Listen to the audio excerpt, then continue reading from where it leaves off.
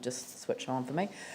We'll go on to the natural hazards resolution so that we can, while this is the presentation is just crystal clear in our minds, and then we'll do the Beaths building, and then we'll come back to the rest. So if we could turn our attention to the amendments. So these are all spelt out in what you've left on our desk, is it? No, what's on your desk is the draft chapter and the section 32. Right. So if you do look at the draft chapter on page 3 at the top, you'll see the amended wording of the policy that's being proposed in the resolution. Right. Yeah, and that phrase, high risk, that's the phrase that's been accepted for the part 1. Yes, it also reflects the New Zealand Coastal Policy Statement and the Regional Policy Statement. Just wanted to make it a bit clearer. Yep. So that is actually better wording than likely to be subject to anyway. Yeah, it was a bit woolly and uncertain. So. Cool. All right. So you need a resolution to make the amendment to that part of the policy. So I'll move that. Do I have a seconder for that? Phil? I'll put that motion. All those in favour say aye. Those opposed say no. That's carried. The next... No. You want to leave it as likely to be subject to, as opposed to high risk.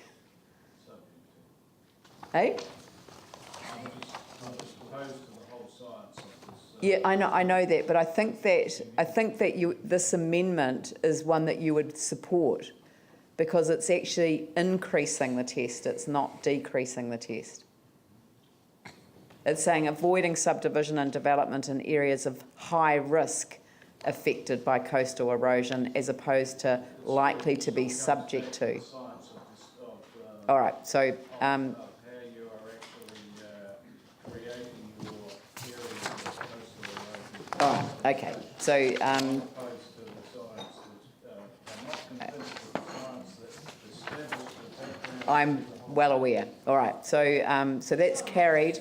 And could you note that Councillor David East opposed? I'm sick and tired of being ridiculed. No. You're entitled to your view. And I object to my point of view. No, you're entitled to your point of view. Absolutely entitled. And I didn't hear the comment. But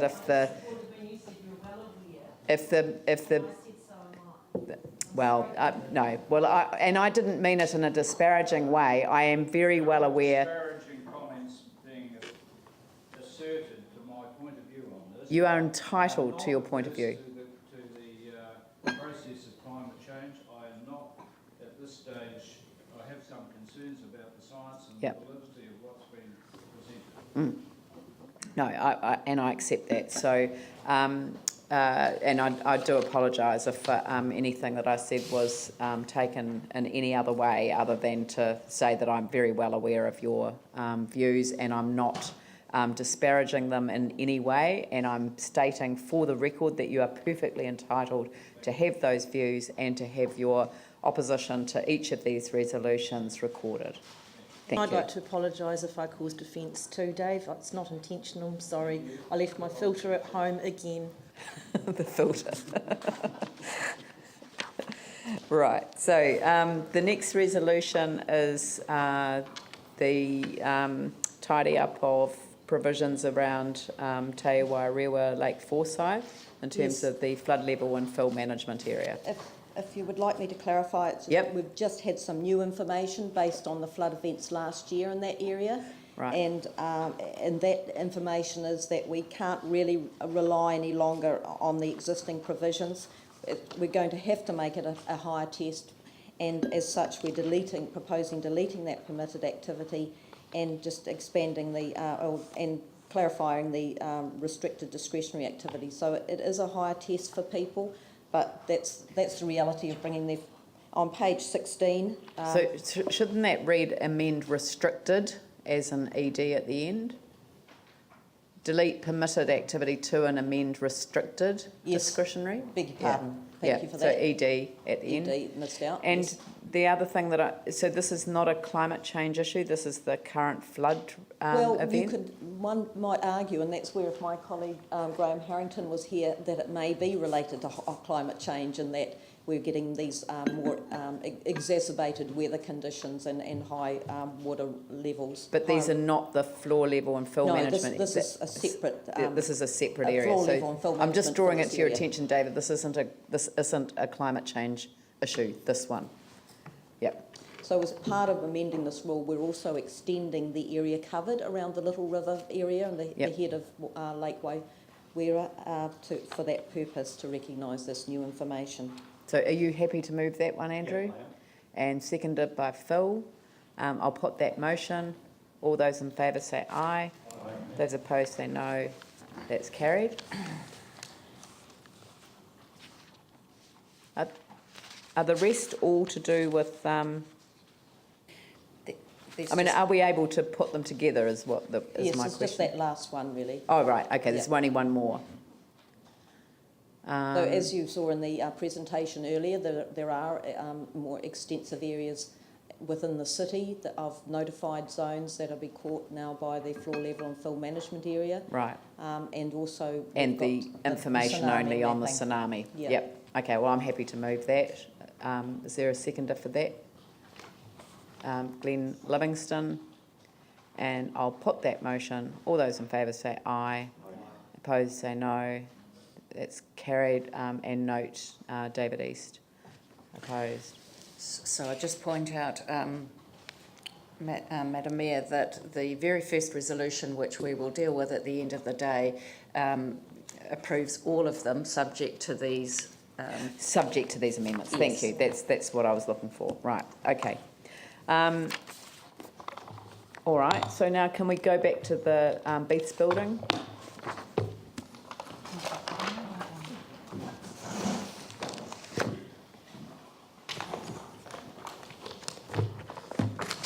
So the proposal that I would like to make is that we simply notify the existing coverage. So the areas of the building that are already covered by, Category 4, list as Category 2 under the proposed rule. So I'll move that, if that's the right wording, and Andrew might like to second that. It would need to go up on the board. Right. So can we help with some wording? So I suggest that what we do is amend the listing Amend the listing for 146 for 146 Cashel Street Cashel Street, and 682 Colombo Street, the former Beaths department store,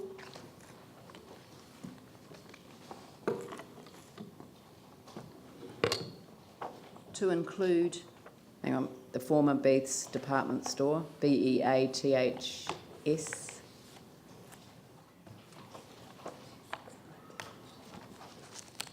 Yep. sorry, could I amend the 682 to 690? Yep, you may. Yep. To include only those elements of the external facade detailed in the operative district plan. Detailed in the operative plan. Yep. And that's moved by me, seconded by Andrew. Is there any discussion? I'll put that motion. I just kind of question what this does to all the other heritage listings where we're trying to protect settings. The setting of heritage features. My understanding as part of the new change is that we look wider than just the existing heritage and we do give some context to the setting because that's important consideration. Yes, so that will remain. So we're not proposing to amend the Section 32 analysis or amend our evaluation of significance. No, you're talking about. The motion on the table is simply an amendment for this particular building. That's fine. So if people of other buildings challenge us why we have protected wider than just the heritage, specific detailed heritage fabric because we're trying to protect the setting, what is our response going to be? This is the only building where we've actually changed, where the original proposal was to change the operative plan provision. I mean, apart from, like going from the different categories, but in terms of extending the extent of the listing. There's no other building on our listing where we previously listed the whole, and where we previously listed the facade, and we've recommended that listing now extend to the whole building. Yeah. So there's no other. I understand that, but so if you own a heritage building and you're not happy with the facade being listed or the wider. Well, how many aspects being facades are listed? So we've got Mackenzie and Willis. At the moment, the whole facade is listed, right? Yeah, Mackenzie and Willis, the facade is listed, and the Isaac Theatre Royal. Yes. Isaac Theatre Royal, and they've got components, but we haven't extended that because, of course, there's nothing else other than the components. So, but is there any other facade that has been listed as a whole facade that previously was only parts of the facade? No. No. So this is the only one. Yes, but what It's not setting a precedent, which is the question that you've asked. Will others complain because this has been treated differently? This is the only building that is in this position, and all we're doing is reinstating the extent of the listing that was there before. I understand that, but what I also know that we've done is we've gone through a robust heritage assessment around buildings. Which we did in 1995. No, we didn't. Actually, what happened in 95? In 1995, they wanted to list the entire building. In 1995, and through the different high courts and things like Aidenfield, it became very apparent that some of our previous heritage listings hadn't had the work done to sufficiently give them protection in the city plan. So staff have been through a process starting in 2005 to refine our heritage listings based on a new way of assessing things, so that things that do have heritage significance do have the level of protection that we design. And so that is a new way and of that doing is that is your view, and you're entitled to express it No, that's in the factual. debate. That's so, factual. So, well, the thing is that you're asking questions. The questions have been answered, and you don't agree no, with the I want answer. staff just to answer the question around, in terms of our heritage assessment, if we make this decision, does it put it in risk the process by which we identified other heritage items in that wider context? And if not, why not? Well, I actually had called for the debate on it. So, but anyway, is there an answer to that question? Does this decision put anything else that you've done at risk?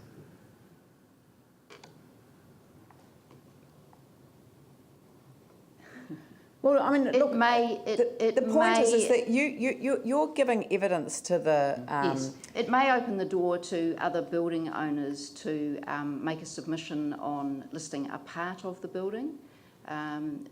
We are quite confident that we have the evidence and a robust evaluation framework under the Resource Management Act that we can defend those listings. Yeah.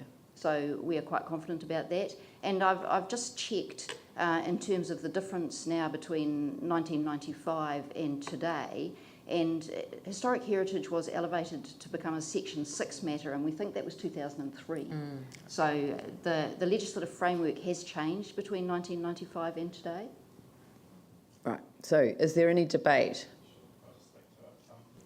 But I don't support this amendment. It's not because I don't want to see things be done in heritage buildings, and I think we have actually, through our district plan, come up with a much more pragmatic approach to heritage buildings. But this is a process of identifying what is heritage and ensuring that what is done can be taken in context of what is there. So I actually do think it's important. Just because someone has to get a consent doesn't mean that they aren't allowed to make changes.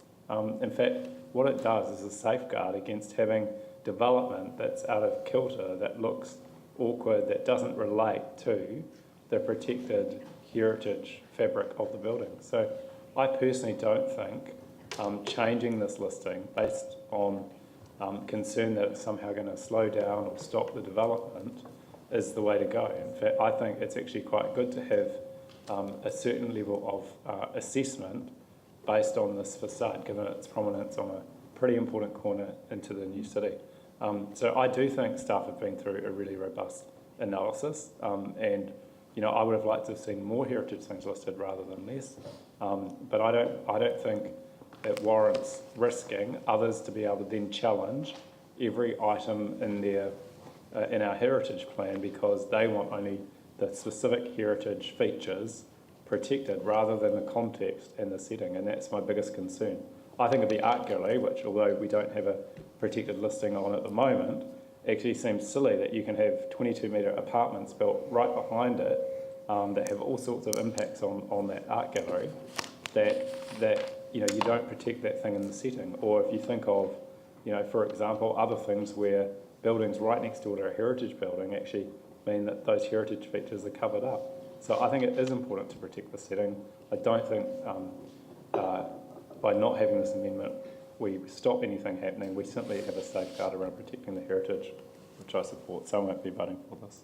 I think that it's, in my view, it's very important that we think of this in the individual context, that this is the only building that originally was to be set aside for a complete change from external facade only to a listing for the whole, for the internal elements as well. That has been adjusted. All we're doing here is saying that the listing itself will include only the elements of the external facade detailed in the operative district plan. That leaves it the way that it was prior to this going forward, and I think that that's an appropriate step to take. I understand that in terms of everything that we've lost, there is a greater focus, and obviously I'm not challenging at all the detailed analysis that staff have done. They've acted entirely professionally in that regard. I think that this is finding the right balance, and it doesn't, it hasn't actually, that this listing hasn't actually prevented this, the part of the facade that we all remember as that front piece for the Beaths department store from our days as children. It has been protected under the operative district plan, and I'm confident it will continue to be protected with this element with these elements specifically listed in the new plan. So I will put that motion. All those in favour say aye. Those opposed say no. And if you could record Yanni against. Thank you very much. Right, so the next item on the agenda is the